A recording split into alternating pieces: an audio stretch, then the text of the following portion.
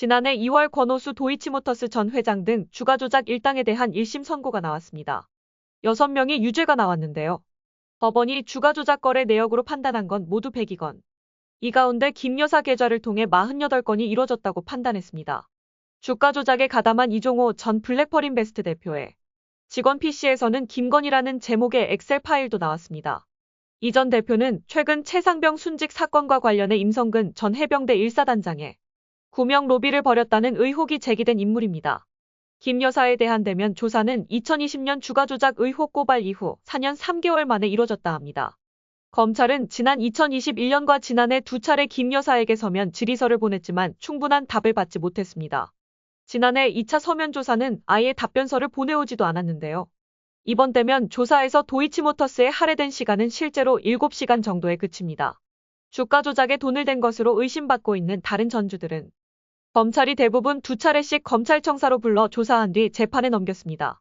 검찰 관계자는 70쪽 분량의 김 여사 답변서를 보름 전에 미리 받아 여기서 소명되지 않은 점 위주로 김 여사에게 물었고, 수사팀은 시간을 아끼기 위해 저녁으로 샌드위치를 먹으며 조사했다고 했습니다. 계좌가 활용당했다고 해서 주가 조작에 가담한 걸로 볼 수 없다. 즉 주가 조작에 가담하지 않았다는 게 그동안 김 여사 측 입장인데요. 도이치모터스 주가 조작 일당들에 대한 항소심 선고는 오는 9월에 나온다고 합니다. 법 앞에 예외도, 특혜, 성역도 없다고 강조해온 이원석 검찰총장이 김건희 여사를 대통령실 경호처 건물에서 조사한 것은 원칙을 어긴 일이라며 국민들께 깊이 사과드린다고 했습니다. 김 여사 조사 사실을 미리 보고하지 않은 수사팀에 대해서는 진상 파악 뒤 상응하는 조치를 취하겠다고 했습니다. 이원석 검찰총장이 사과했습니다. 김건희 여사 조사 과정에서 그동안 강조해온 원칙이 지켜지지 않았다고 했습니다. 우리 법 앞에 예외도 특혜도 성역도 없다고 말씀드렸습니다.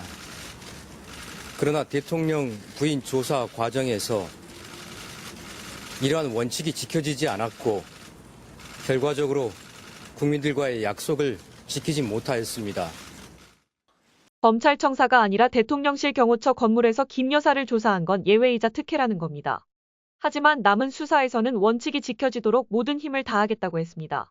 모든 국민은 법 앞에 평등하다라는 헌법 원칙이 반드시 실현되도록 제 모든 힘을 다하겠습니다. 사전 보고도 없이 조사 막바지에야 김 여사 조사 사실을 수사팀이 자신에게 사실상 사후 통보한 데 대해서도 입을 열었습니다. 오늘 서울중앙지검장으로부터 직접 보고를 받게 되어 있습니다.